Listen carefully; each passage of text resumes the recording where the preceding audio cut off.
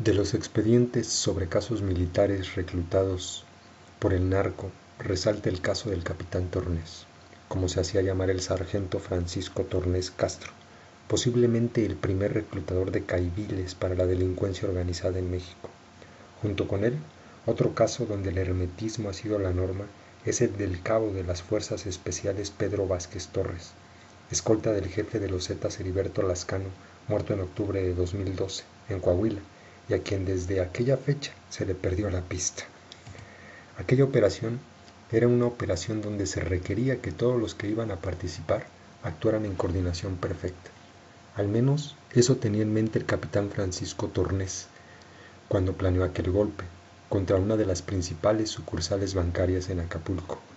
Algo ocurrió en aquellos días del verano de 2001 que la operación se abortó. A la mera hora, contaría tiempo después el capitán Tornés, los muchachos se echaron para atrás. Por esos días, a finales del año 2001, Francisco Tornés, antiguo subordinado del general Mario Arturo Acosta Chaparro y exagente de la desaparecida Dirección Federal de Seguridad, la antigua policía política del régimen priista, decidió aceptar el ofrecimiento de uno de sus viejos conocidos que le había hecho desde Tuxtla Gutiérrez, Chiapas. Su contacto le llamó por teléfono para decirle que en la frontera había un oficial del ejército de Guatemala de nombre Salvador Rodríguez López, quien ofrecía sus servicios. Quería conectarse con las organizaciones del narcotráfico mexicano. Para ello, decía que en su currículum constaba con experiencia como miembro de las fuerzas especiales, los célebres caiviles, conocidos como las máquinas de matar, producto de esa mezcla de tropas de élite entre rangers estadounidenses y gurkas británicos. Tornés trajo a Rodríguez López. Una vez en México, el militar guatemalteco le contó sobre otros compañeros suyos que también estaban interesados en sumarse al grupo. El viejo comandante no lo dudó y se convirtió en uno de los primeros reclutadores de caiviles para la delincuencia organizada en México. El capitán Tornés contrató a 22 caiviles para su organización. Con ello realizó varios atracos. Meses después, Héctor Beltrán Leiva, entonces encargado de la seguridad y de las operaciones del grupo de los hermanos Beltrán Leiva que operaba para la Organización del Pacífico, le pidió apoyo para que el grupo se aprestara a incursionar en Tamaulipas al mando de su hermano Arturo Beltrán Leiva. Tornés le mandó a 17 de esos caiviles y se quedó con 5 de ellos, entre quienes estaba Rodríguez López. Pasarían algunos meses y en noviembre de 2002, el mes en que los reflectores mediáticos se posaron en el Consejo de Guerra contra los generales Mario Arturo Acosta Chaparro y Francisco Quirós Hermosillo, acusados de narcotráfico, se conocían de manera pública las declaraciones del sargento Marcelino Alejo Arroyo López, adscrito al Centro de Inteligencia Antinarcóticos, quien revelaba la infiltración del narco en el área más sensible de la Secretaría de la Defensa Nacional encargada de combatirlo. El sargento Arroyo decía que fue reclutado como informante para el narco por Pedro Bárcenas, un antiguo conocido, quien se ostentaba como capitán retirado del ejército. Bárcenas fue quien lo metió a trabajar para la empresa, como se denominaba la organización que encabezaba Tornés, y que hacía servicios de escolta, seguridad, obtención de información en las áreas de inteligencia y reclutamiento de militares para el narco. Arroyo declaró que él proporcionaba información de inteligencia a Bárcenas, quien la hacía llegar a Tornés.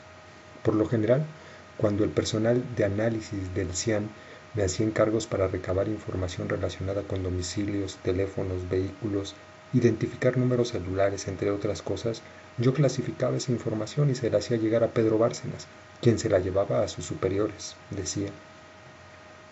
Semanas antes de estas declaraciones en conferencia de prensa conjunta realizada el 22 de octubre de 2002, el secretario de la Defensa Nacional, el general Gerardo Clemente Vega García, el Procurador General de la República, Rafael Maceo de la Concha, y el secretario de Seguridad Pública, Alejandro Gertz Manero, anunciaron el desmantelamiento de una amplia y sofisticada red de espionaje de servidores públicos y exfuncionarios encargados de seguridad, quienes estaban acusados de pasar información secreta a las organizaciones del narcotráfico. Se informó en aquel momento de 22 detenidos, encabezados por Francisco Tornés Castro, de quien se tenían antecedentes militares como sargento de paracaidistas. En su expediente judicial Se anotó que en 1968, el año de la represión estudiantil en Tlatelolco, Francisco Tornés Castro ingresó al ejército, donde estuvo hasta 1975, cuando se fue de comisión al estado de Guerrero. En ese año tenía el rango de sargento primero de paracaidistas e iba bajo el mando de uno de sus jefes con el que había trabado buena relación, el entonces teniente coronel Mario Arturo Acosta Chaparro. Su misión, al lado de agentes de la Judicial Federal, la Judicial Militar, de la Dirección Federal de Seguridad, era acabar con los restos de la guerrilla de Lucio Cabañas que operaba en el puerto de Acapulco y la sierra de Atoyac. De esos años en Guerrero, su cercanía con Acosta Chaparro, su relación con mandos policíacos, Tornés tejió su red de intereses y contactos.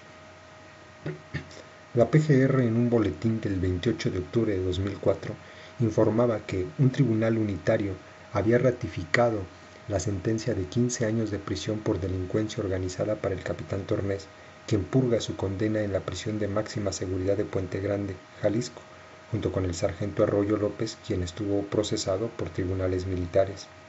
Tornés fue acusado de explotar información sensible que entregaba a integrantes de la delincuencia organizada y jefes del narco, como Ismael El Mayo Zambada, Vicente Carrillo Leiva y Arturo González Hernández, apodado El Chaki.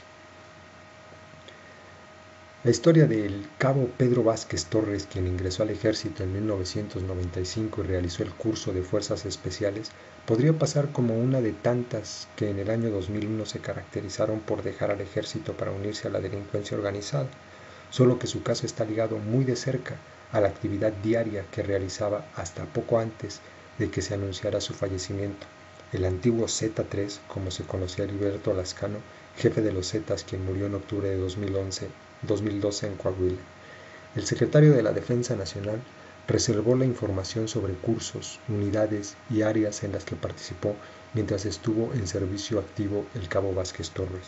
En una solicitud de acceso a la información, la Sedena informó que el 1 de marzo de 2001, el cabo Vázquez Torres, integrante del Grupo Aeromóvil de Fuerzas Especiales, causó baja del servicio activo y alta en la reserva correspondiente.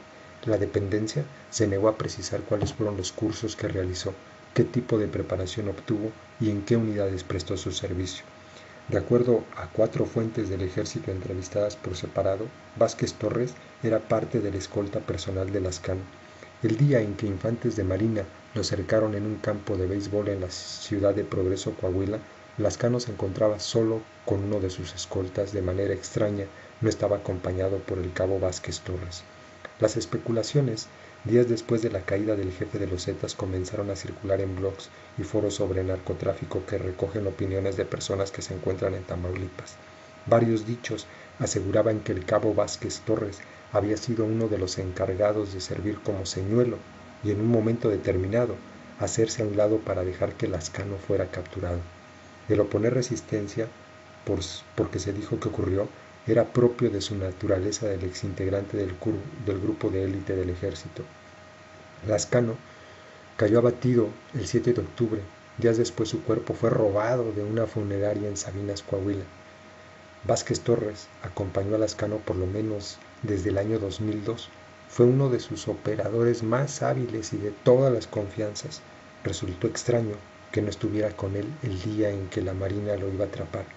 Y se dio el tiroteo donde murió, señaló una de las fuentes consultadas.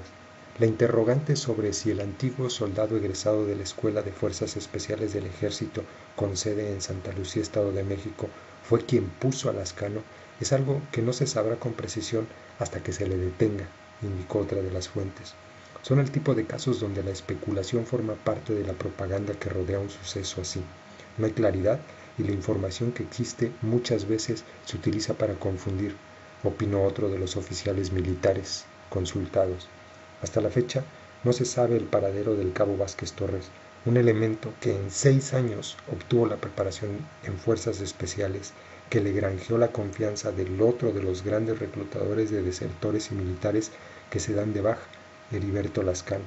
Lascano fue también un cabo de Fuerzas Especiales al que en vida se le atribuyen tantas cualidades como para muchos militares en servicio activo. No correspondían a su nivel y preparación.